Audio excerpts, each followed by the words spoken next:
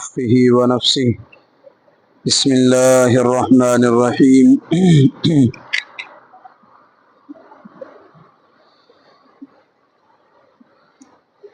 الله الذي خلقكم ثم رزقكم ثم يميتكم ثم يحييكم هل من شركائكم من يفعل من ذلكم من شيء سبحانه وتعالى عما يشركون رب اشرح لي صدري ويسر لي امري واحلل عقدة من لساني يفقهوا قولي رب زدني علما اللهم انفعنا بما علمتنا وعلمنا ما ينفعنا وزدنا علما۔ اللہ پاک فرماتے ہیں قریبی رشتہ داروں کو، مسکینوں کو، مسافروں کو ان کا حق دے دو، اور فرمایا وما آتیتم من ربا لیربو فی اموال الناس، اور جو تم لوگوں کو سود دیتے ہو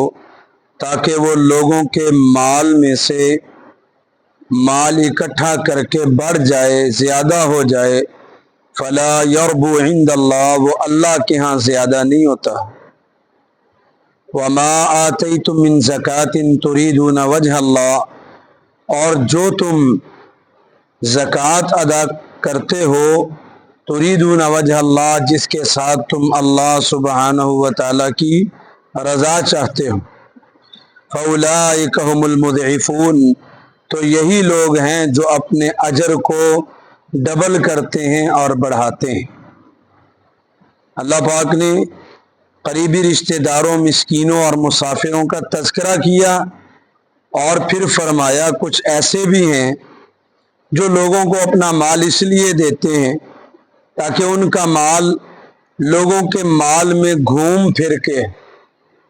لوگوں کا مال اکٹھا کر کے لا کے ان کو مل جائے، جس کو سود کہتے ہیں۔ کہ کسی کو زکوٰۃ تو وہ نہیں دیتے، سود دیتے ہیں۔ سوچ ان کی یہ ہوتی ہے کہ میرا مال بڑھ جائے، لوگوں کو سود پہ رقم دے دیتے ہیں تاکہ میرے پاس اگر لاکھ ہے تو وہ چلو 1,15,000 ہو جائے، بغیر کسی محنت کے، بغیر کسی کمائی کے۔ اللہ فرماتے ہیں یہ تمہارے ہاں تو زیادہ ہو گئے، اللہ کے ہاں نہیں بڑھے، اللہ پاک کے ہاں کم ہو گئے۔ اللہ کے ہاں کیا بڑھتا ہے؟ فرمایا جو زکوٰۃ تم اللہ کی رضامندی کے وصول کے لیے دیتے ہو وہ اللہ کے پاس بڑھتا ہے۔ وہ دینے والے اپنا اجر جو ہے ڈبل کر لیتے، جیسا کہ حدیث میں امام کائنات علیہ السلام نے ارشاد فرمایا جب کوئی بندہ اللہ کی راہ میں خرچ کرتا ہے اللہ پاک اس کو اپنے دائیں ہاتھ میں لیتے ہیں، اس کو بڑھاتے ہیں، اتنا زیادہ بڑھاتے ہیں، ایسے بڑھاتے ہیں جیسے تم میں سے کوئی ایک گھوڑے کے بچے کی پرورش کرتا ہے۔ اللہ پاک اس کو بڑھاتے رہتے ہیں یہاں تک کہ قیامت کے دن اس کا ثواب بڑھ کے بڑھتے بڑھتے احد پہاڑ جتنا زیادہ ہو جاتا ہے۔ تو اللہ پاک نے یہاں پر سودی نظام کی نفی کی ہے، کہا جس قدر زیادہ یہ زیادہ بڑھتا چلا جائے گا لوگ اسی قدر زیادہ اس نظام میں جکڑے جائیں گے اور آخر کار پریشانی کے سوا کچھ بھی نہ ہوگا۔ اور جب اللہ کی دی ہوئی تعلیم پہ عمل کریں گے، زکوٰۃ دینا شروع کر دیں گے اپنے مال کی، تو اللہ فرماتے ہیں دنیا میں بھی اجر ہے، اگلے جہان میں بھی اجر ہے، ڈبل اجر ہے۔ اور یہی وجہ امام کائنات علیہ السلام نے ارشاد فرمایا ایک وقت آئے گا زکوٰۃ دینے والے تو ہوں گے لینے والا کوئی نہ ہوگا، اور جب حقیقی معنوں میں زکوٰۃ ادا کر دی جائے جو صاحب حیثیت ہیں وہ زکوٰۃ ادا کریں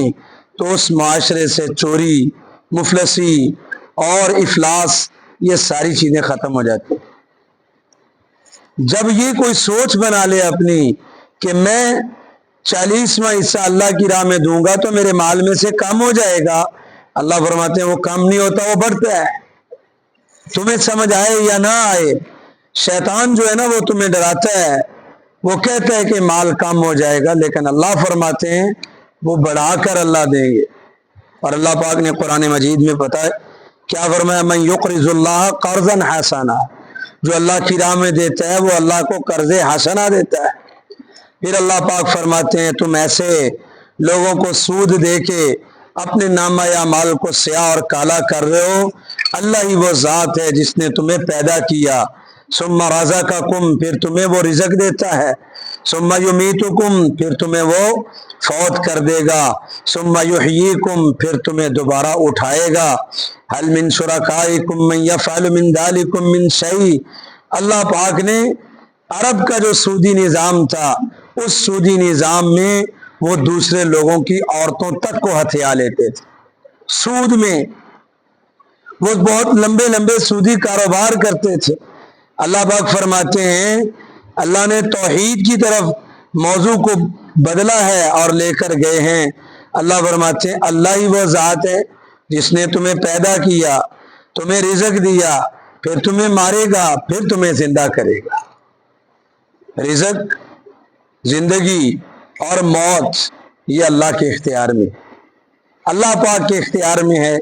اس لیے مسلمان کو کبھی مفلسی سے ڈرنا نہیں چاہیے، اور اس لیے اللہ پاک فرماتے ہیں وَلَا تَقْتُلُوا أَوْلَادَكُمْ خَشْيَةَ إِمْلَاقٍ، مفلسی کے ڈر سے اپنی اولاد کو قتل نہ کرو۔ نَحْنُ نَرْزُقُكُمْ وَإِيَّاهُمْ، تمہیں بھی ہم رزق دیتے ہیں اور انہیں بھی ہم رزق دیں گے۔ تو اللہ فرماتے ہیں اے عرب کے لوگوں، اللہ کے ساتھ شریک ٹھہرانے والوں، کیا تمہارے شریکوں میں سے کوئی ہے من یفعل من ذلکم من شیء، جو تم میں سے یہ کام کر کے دکھائے، زندہ کرے، پیدا کرے، رزق دے، پھر مارے، پھر دوبارہ اٹھائے؟ یہ چار کام کوئی کر سکتا ہے؟ سبحانہ،